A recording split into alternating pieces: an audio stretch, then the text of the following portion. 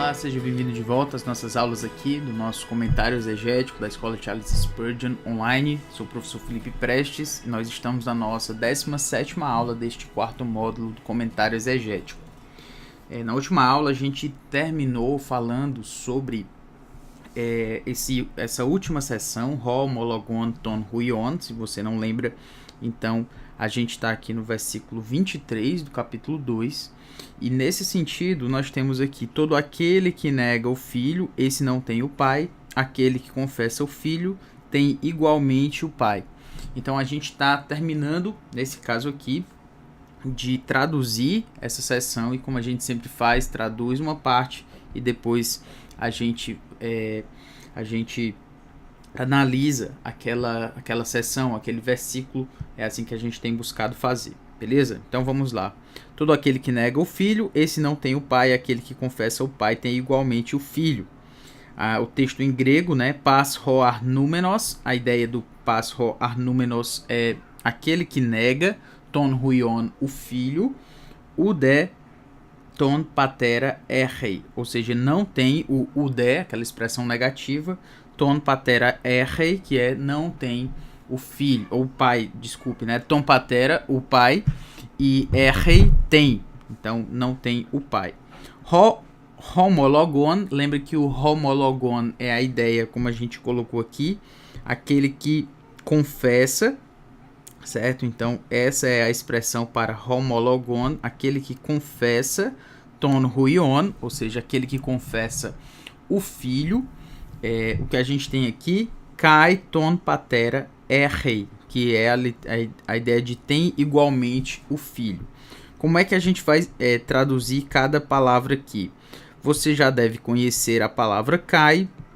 A palavra kai, ela significa i, é a nossa partícula aditiva, talvez se fale e, mas é a ideia do isso e aquilo, é a partícula aditiva. Porém, o kai, ele também tem o significado do também, da nossa expressão também. E é o caso neste ponto aqui, porque se a gente começar pelo verbo errei, nós vamos ter então tem. Então vamos traduzir aqui começando pelo verbo tem. Eu vou colocar em letra minúscula porque aqui a gente terminou essa frase com aquele que confessa o filho, ho arnúmeno, aliás, ho homologon ton huion, errei, tem. Lembrando que o errei, ele está aqui na nossa também terceira pessoa do singular, que é isso que eu já chamei a atenção aqui antes. Erro, erreis, errei, terceira pessoa do singular. Então, também tem. Essa é a ideia que está sendo colocada aqui. Então, tem. Vou já traduzir o kai, o nosso kai aqui, que é o também.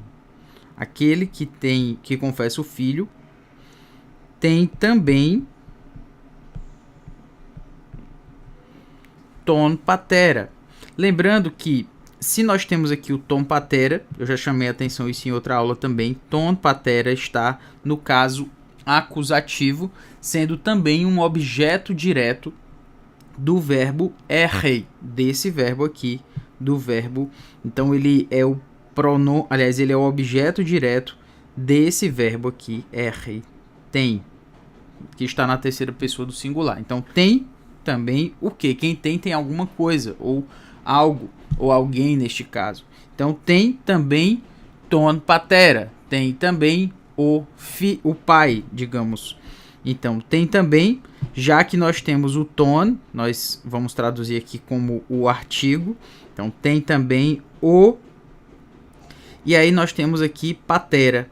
A palavra patera, como você já sabe, é a palavra para pai.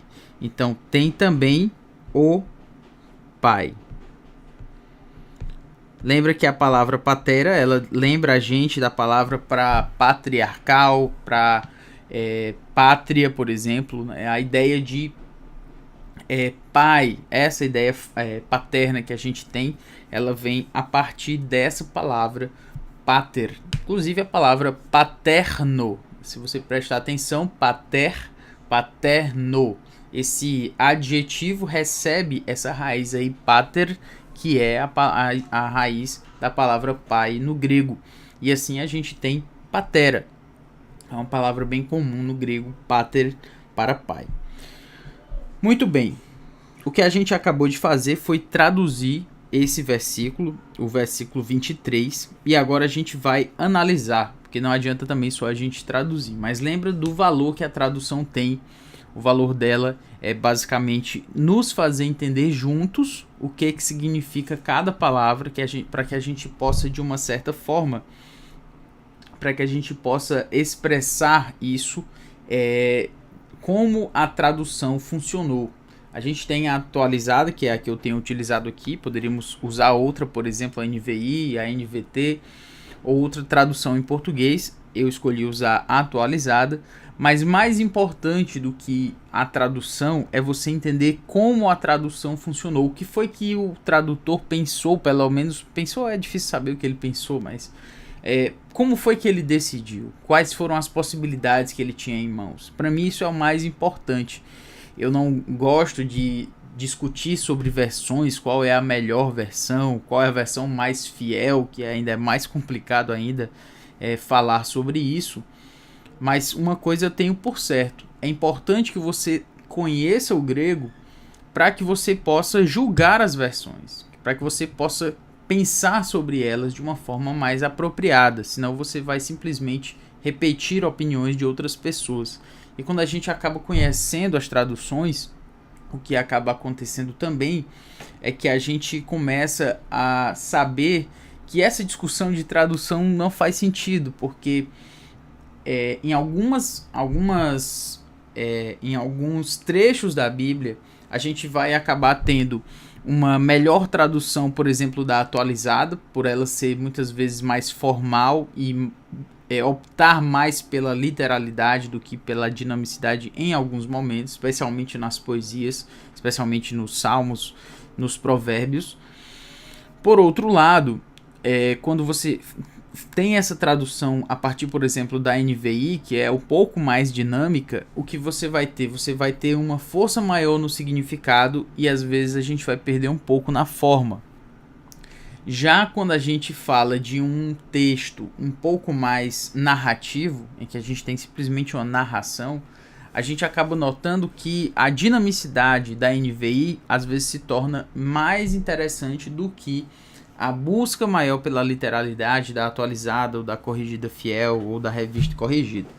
Então, isso é uma questão bem relativa de cada porção textual, e isso acaba fazendo com que a gente entenda que essa discussão com relação às versões, mais interessante do que discutir sobre elas, é poder analisá-las a partir do texto grego. Aí sim você consegue fazer pelo menos algum juízo de valor mais embasado do que propriamente uma opinião que a gente fica por aí repetindo.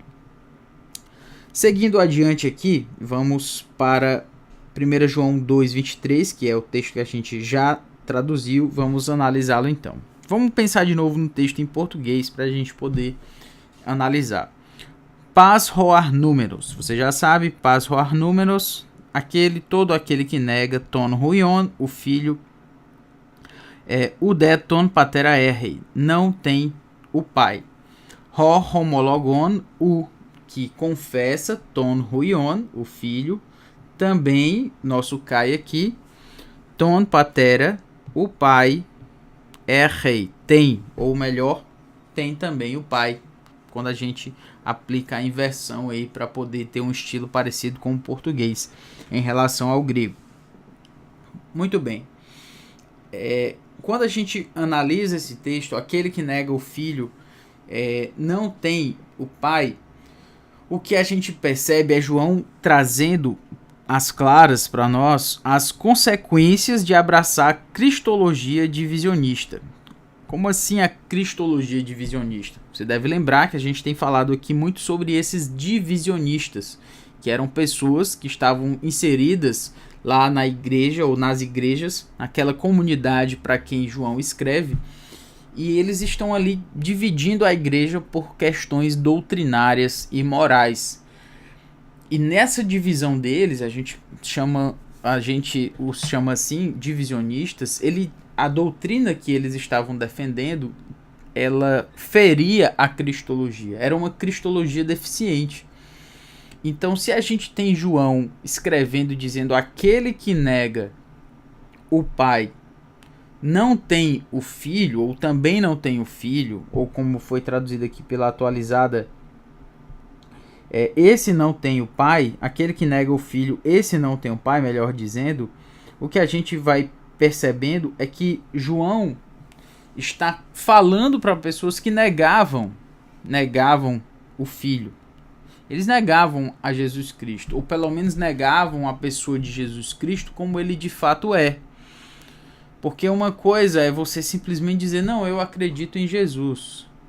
Outra coisa é você dizer, não, eu nego Jesus. Acreditar em Jesus e negar Jesus são duas coisas bem diferentes. Mas no meio disso aqui, existe aquele que acredita em algumas coisas sobre Jesus. Então o indivíduo pode dizer que que acredita que Jesus existiu, mas que ele não é esse Senhor como se prega. Isso é um problema grave, porque Jesus, ele precisa ser reconhecido como Senhor. Ele precisa ser reconhecido como Salvador. E mais ainda, ele precisa ser reconhecido como Deus. Então, se alguém não homologa isso, não confessa isso, não confirma isso, essa pessoa está num problema muito grave. Sendo assim, quando a gente nega o Filho, a gente também não tem o Pai. Não é simplesmente uma questão de achar que Cristo existe, acreditar que ele existe. É confessar o Filho. E confessar o Filho envolve muito mais do que simplesmente confiar que ele existe. Então, isso também nos ensina que no nosso lidar da vida cristã, a gente não pode simplesmente dizer, mas eu acredito em Jesus. A gente ouve pessoas dizendo, não, eu aceito Jesus todos os dias na minha vida, esse negócio todo, mas não é disso que nós estamos falando. João está falando aqui de confessar, de homologar, usando uma palavra dos dias de hoje, mas com a mesma raiz, confirmar com aquilo que eu creio, que Jesus Cristo é Deus. Essa é a ideia. Então, os divisionistas clamavam ter comunhão com o Pai e até viver com Deus. Mas essas afirmações, elas eram praticamente vazias, porque elas são feitas por pessoas que negam Jesus Cristo como o Filho de Deus que veio em carne. Não adianta dizer que anda com Deus, não adianta dizer que tem um relacionamento com Deus, não adianta dizer que você tem um Deus próprio, um Deus do seu jeito, não adianta falar nada disso. Não adianta, se você nega o Filho, você não tem o Pai, você não tem a presença de Deus, você não tem o amor de Deus, você não é um filho de Deus. Se você nega o Filho, esse é o ponto que é claríssimo aqui em João. Não tem o que a gente pensar mais em relação a isso. Está definido. Aquele que nega o Filho não tem o Pai. Não adianta dizer que Jesus era um homem bom, um homem importante. Se você o nega como sendo Deus, não adianta. Não adianta. Você não tem acesso ao Pai. Então, quando as pessoas negam o Filho, basicamente o que elas estão fazendo, elas mostram então que elas não têm o Pai. Isso é o que está sendo definido aqui por João. Se você está notando, com João não tem negociação em relação ao Senhor Jesus Cristo, a sua divindade, a sua messianidade. Não tem discussão, não tem negociação. Ele não está discutindo se esses irmãos eles poderiam ser mais santos, ele não está discutindo se esses irmãos poderiam ser mais comprometidos com a igreja. A discussão não é essa. Isso aí a gente conversa, a gente tenta chegar num consenso para entender de uma forma melhor como cada um pode servir. Sim, precisa ir para a igreja, sim, precisa ter mais comprometimento, mas vamos conversar para a gente entender melhor o contexto de cada um. Então tem uma discussão sobre isso, a gente abre para conversar sobre isso. Mas negar Jesus Cristo, negar o Filho, é não ter o Pai. Ponto final. Não tem discussão, não tem o que negociar em relação a isso. E isso poderia ser e soar de alguma forma muito exclusivista ou muito fora do que as pessoas entendem como um Deus que aceita todas as crenças. Deus não aceita todas as crenças. Ele rejeita todas as crenças que não têm o Filho. Ponto. É isso que o texto coloca pra gente.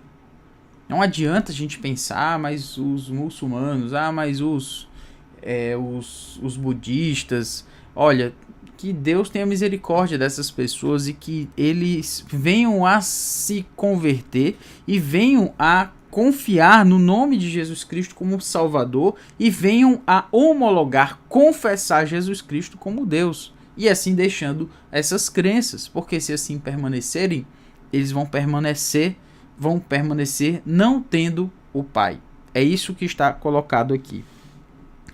E é interessante também porque essa afirmação ela acaba sendo equilibrada com a ideia contrária. E qual é então essa ideia contrária? São aqueles que, como os leitores, como está escrito aqui, conhecem a verdade e reconhecem o Filho tem o Pai. Essa é a ideia inversa.